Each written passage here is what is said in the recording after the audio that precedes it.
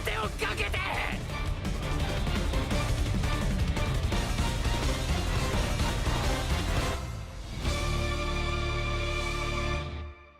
Salut les gars, salut les filles, on se retrouve aujourd'hui pour une toute nouvelle vidéo sur ma critique sur l'épisode 5 de My Hero Academia. Comme d'habitude les gars, on va décortiquer cet épisode de foot en compte, ce que j'ai aimé, ce que je n'ai pas aimé. Donc maintenant que tout est dit, commençons. Déjà je voudrais m'excuser sur le fait que la critique n'est pas sortie hier, mais aujourd'hui j'ai eu plein de choses de prévues hier, du coup j'ai pas pu la sortir hier. Mais c'est pas grave, je la sors aujourd'hui. En plus comme vous pouvez le voir à ma tête, je suis fatigué, j'ai claqué au sol. Mais c'est pas grave, puisqu'on se retrouve aujourd'hui pour parler de l'épisode 5 de My Hero Academia. Donc voilà, c'est chill, tranquillo. Donc voilà, donc on va commencer cet épisode avec le fait que ça se passe quelques jours avant la bataille, avec du coup Jin qui va littéralement expliquer qu'en fait littéralement pour battre Shigaraki, faudra le battre en l'air et pas au sol, parce que avec sa dégradation il peut littéralement détruire le sol et il faut impérativement éviter ça. Et aussi on comprend littéralement que l'un des points faibles de Shigaraki auquel il faudra le plus toucher, c'est côté psychique et niveau mental, que c'est là qui est le plus dangereux pour lui. Et c'est pour ça qu'ils le disent très bien, que si Shigaraki bascule du côté de Tomura, là c'est fini, mais si il bascule du côté de All for One, là ils auraient une chance de gagner. Et c'est pour ça que du coup de toute façon on le verra durant l'épisode, qui basculera du coup beaucoup plus du côté de Tomura, comme on l'aura vu que du coup All for One est décédé. Du coup là je me dis que franchement là on rentre dans un arc et dans des combats qui vont être franchement très intéressants. De toute façon les gars, dans l'épisode on comprendra facilement à quel point Shigaraki représente vraiment une grosse menace pour le Japon, parce qu'on aura plein d'images comme celle-ci par exemple, où on nous explique la superficie du Japon, qu'on comprend qu'elle est de 3 millions et quelques, et que Shigaraki dit concrètement qu'il peut détruire le Japon en même pas une semaine grand max. C'est pour qu'on se rende compte quand même à quel point le mec est dangereux de ouf, et que franchement si on l'arrête pas maintenant, il peut réellement causer de gros dégâts. Et on va suivre du coup avec le fait qu'il y aura Shigaraki et Izuku qui continuent à se battre. Sauf que pendant que Shigaraki va se battre contre Izuku, il va lui réussir à lui voler un alter, qui est du coup l'alter du sixième alter du One for All, qui est du coup celui du sixième sens. Et on va retenir du coup quelques secondes dans le passé, auquel on va comprendre littéralement comment ceci est arrivé. Donc on comprend que Shigaraki est rentré là où il y a toutes les personnes qui détiennent du coup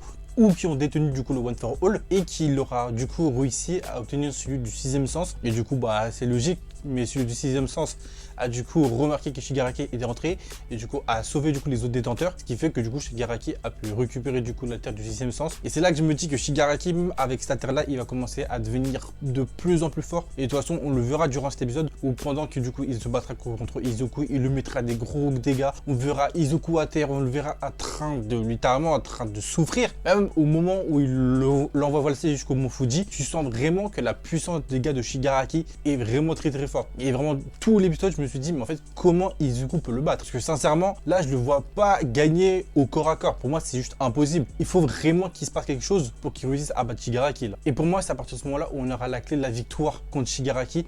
C'est au moment où cette personne là qui a détenu du coup l'alter du One for All va dire, est-ce qu'il ne faudrait pas fuir. Et ce moment là pour moi les gars c'est très important, parce que c'est grâce à cette réflexion que Kudo, si j'ai pas de conneries, je crois qu'il s'appelle comme ça, aura du coup cette magnifique réflexion de est-ce que si on donnerait tous nos alters à Shigaraki, ce serait pas le meilleur moyen de gagner contre lui. Et je pense que c'est vraiment à partir de ce moment là que je pense qu'on a trouvé vraiment la clé exacte pour réussir à battre Shigaraki. Et franchement les gars, en plus dans cet épisode il y a tellement de moments stylés, comme celui-ci par exemple, où franchement on nous explique littéralement qu'en fait ce mec est juste là pour faire pour littéralement tout détruire, hein. Littéralement il est juste là, comparé à All for One, lui tout ce qu'il veut Shigaraki c'est tout détruire. Et on aura des magnifiques frames qui sont celles-ci, ou franchement magnifiques. Et c'est là que je me dis que sincèrement en manga, mais ça doit être tellement plus beau sincèrement. Mais franchement le taf d'animation je trouve que fait un bon boulot quand même. Et durant l'épisode les refs, il y avait un petit truc où franchement je me suis dit, soit c'était une référence, ou soit vraiment c'est pour nous faire comprendre du coup quelque chose. Mais personnellement moi avec le moment où Izuku fait un Delaware Smash, et qu'on a du coup aussi les flashbacks auxquels on comprend qu'Izuku veut sauver du coup l'enfant qui est dans Shigaraki, je sais pas vous,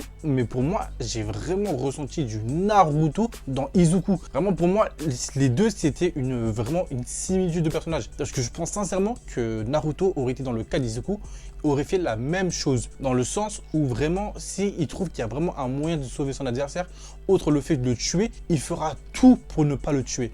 Et c'est ça que je me dis qu'en vrai, je peux comprendre certaines personnes qui sont agacées par ça. Mais moi, en tant que grand fan de Naruto, franchement, pour moi, je pense que c'est une très belle ref. Et pour moi, ça me le sort pas d'épisode et je suis pas agacé. Parce que comme j'ai grandi avec Naruto, pour moi, c'est vraiment le même sens de message. Et pour le coup, c'est vraiment pas agaçant. En tout cas, pour ma part. Mais bref, revenons au combat entre Izuku et Shigaraki, où on verra du coup Izuku utiliser tous ses alters contre Shigaraki. Mais de toute façon, on le voit très bien durant le combat que même en utilisant tous ses alters, ou même en utilisant même le contre-coup de l'embrayage, on voit vraiment que Shigaraki, ça lui fait 0 dégâts. Et de toute façon, on le voit même avec ces images-là. En fait, il se fatigue plus, il gagne du terrain face à Shigaraki en fait. Et c'est ça le problème, c'est que pour l'instant, plus il attaque, plus il se fatigue. Et pour l'instant, il n'y a pas forcément de concret à ce combat-là, en tout cas pour le cas d'Izuku. Parce que au fond, on le sait les gars, entre nous, entre moi et vous, que Izuku littéralement se restreint. Parce que s'il voulait, il aurait pu tuer Shigaraki, mais il ne veut pas. Mais c'est le fait qu'il se restreint qui fait qu'en fait, littéralement, il se fatigue, il prend des gros dégâts et Shigaraki ne meurt pas et ne perd pas en fait. Et c'est même avec ce moment-là qu'en fait, littéralement, l'entraîneuse de All Might, ou je sais plus comment elle s'appelle, celle qui a donné du coup le One for All à All Might, en fait, elle comprend que littéralement, en fait, frérot, faut que tu le tues. Si tu te dis, il n'y a pas de moyen en fait, il n'y a pas d'autre moyen de le faire. Tu peux faire ce que tu veux, mais le frérot, en fait, tu peux pas sauver tout le monde. Tu vas sauver tout le monde, donc dans tous les cas, faudra que tu le tues. Et c'est là que du coup, ça revient à ce que j'ai dit tout à l'heure par rapport à Naruto, auquel Izuku est borné et veut faire comprendre que lui ne tuera pas Shigaraki. Et pour moi, c'est peut-être la meilleure solution.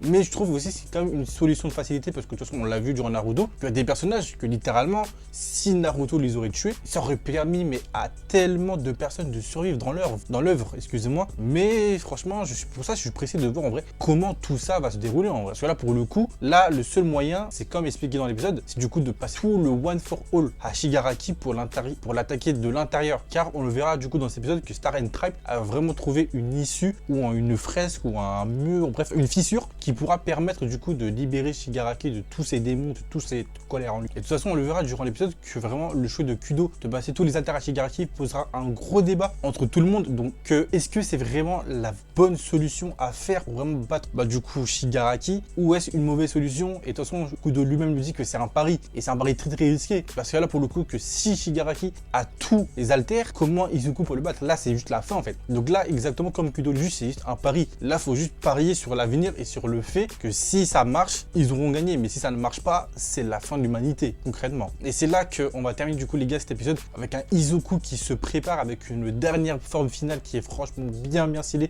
Même Shigaraki lui-même le dira que franchement là, avec cette forme là, tu ne ressembles plus du tout à un héros. Et c'est là que je me dis que franchement, on revient littéralement à la forme presque qu'il avait dans la saison 7, que je me dis que franchement je surkiffe cette forme et on revient enfin à cette forme là. Donc franchement les gars, je pense sincèrement que l'épisode 6 de My Hero Academia va être franchement pas mal. Donc si franchement les gars, je devrais donner mon petit avis de cet épisode là. Il n'était pas extraordinaire, c'était pas le meilleur pour l'instant entre les 5. L'épisode est bien parce qu'il pose les bases, il nous fait comprendre des choses pour la suite de l'épisode. Donc forcément on n'a pas tout le temps besoin les gars d'avoir beaucoup d'action ou d'avoir beaucoup de climax de fou. Donc pour l'instant le fait que cet épisode là nous pose des bases pour la suite de l'œuvre, pour moi c'est très très bien. Donc je pense les gars, on va s'arrêter à là. Donc les gars, n'oubliez pas de commenter, liker et partager, et on se dit à la prochaine pour une prochaine vidéo.